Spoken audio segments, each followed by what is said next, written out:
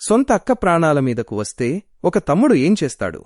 ఏమాత్రం ప్రమోషన్స్ లేకుండా థియేటర్లలోకి వచ్చిన నాగశౌర్య కొత్త సినిమా బ్యాడ్ బాయ్ కార్తీక్ సంగతేంటి? అసలు ఈ సినిమా చూడొచ్చా లేదా వదిలేయొచ్చా? హలో ఫ్రెండ్స్, సినీలోకం ఎక్స్కి స్వాగతం. ఈరోజు మనం నాగశౌర్య శ్రీదేవి విజయ్ కుమార్ నటించిన కొత్త action cinema bad boy Karthik review చూద్దాం.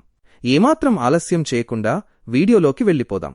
కథ ఏంటంటే, కార్తీక్ నాగశౌర్యకి తన అక్క కస్తూరి, శ్రీదేవి అంటే ప్రాణం. ఆమె వైజాగ్లో ఒక మంచి లాయర్. కార్తీక్ ఖాళీగా ఉంటూ ఎప్పుడూ గొడవలు పడుతూ ఉంటాడని అతన్ని విదేశాలకు పంపించేయాలి అనుకుంటుంది కస్తూరి. కాని కార్తీక్ మాత్రం అక్కను వదిలి వెళ్లలేక తన వీసా రిజెక్ట్ అయ్యేలా ఒక ప్లాన్ వేస్తాడు.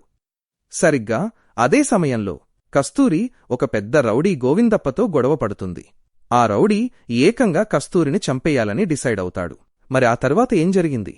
అసలు ఆ రౌడీకి కస్తూరికి మధ్య ఉన్న గొడవ ఏంటి? ప్రాణాపాయంలో ఉన్న తన అక్కను కార్తీక్ ఎలా కాపాడుకున్నాడు అన్నదే మిగతా సినిమా కథ.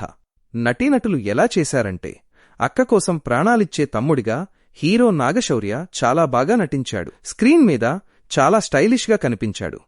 సినిమా కథ అంతగా బాగోకపోయినా తన నటనతో సినిమాను నిలబెట్టే ప్రయత్నం చేశాడు. ఇక అక్క పాత్రలో చేసిన శ్రీదేవి విజయ్ కుమార్ నటన కూడా సినిమాకి బాగా కలిసొచ్చింది. విలన్గా చేసిన మైన్ గోపి మరియు మిగతా వాళ్లు వాళ్ల పాత్రల పరిధిలో మామూలుగానే చేశారు. టెక్నికల్గా ఎలా ఉందంటే, డైరెక్టర్ రమేష్ ఒక పాత కథను తీసుకున్నాడు.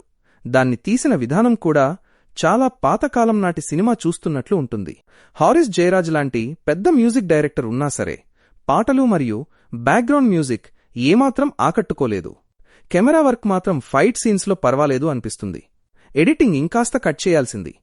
సినిమా మొదటి భాగమంతా హీరో హీరోయిన్ల మధ్య వచ్చే బోర్ కొట్టే లవ్ స్టోరీతో చాలా నెమ్మదిగా సాగుతుంది. ఇక రెండవ భాగంకి వచ్చేసరికి ఎమోషన్స్ ఏమీ వర్కౌట్ అవ్వవు. దానికి తోడు కేవలం ఫైట్స్ మాత్రమే వరుసగా వస్తూ ఉంటాయి. ఆ ఫైట్స్ చూసి చూసి ప్రేక్షకులకు బాగా నీరసం వచ్చేస్తుంది. సినిమాలో బాగున్నవి నాగశౌర్య, శ్రీదేవి, విజయ్ కుమార్ల నటన. ఇంటర్వెల్లో వచ్చే ఆ ఊరి జాతర ఫైట్ సీన్ చాలా బాగా తీశారు. సినిమాలో బాగోలేనివి కథ, కథనం చాలా పాతవిగా ఉంటాయి. అసలు ఏమాత్రం ఆసక్తిగా అనిపించవు. మొదటి భాగంలో వచ్చే లవ్ స్టోరీ బాగా బోర్ కొడుతుంది. రెండవ భాగంలో వచ్చే ఫైట్స్ చాలా ఎక్కువగా ఉండి విసుగు తెప్పిస్తాయి.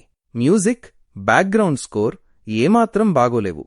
చివరిగా చెప్పాలంటే ఇదొక చాలా రొటీన్ పాతకాలం నాటి యాక్షన్ సినిమా. హీరో నాగశౌర్య ఎంత కష్టపడినా సరే కథలో ఎలాంటి కొత్తదనం లేకపోవటం వల్ల సినిమా అస్సలు వర్కౌట్ అవ్వలేదు. కాబట్టి థియేటర్కి వెళ్లి మీ డబ్బులు, టైం వృధా చేసుకోకండి. ఈ వీకెండ్కి ఈ సినిమాని హ్యాపీగా స్కిప్ చేసేసి వేరే మంచి సినిమా చూసుకోవటం బెటర్.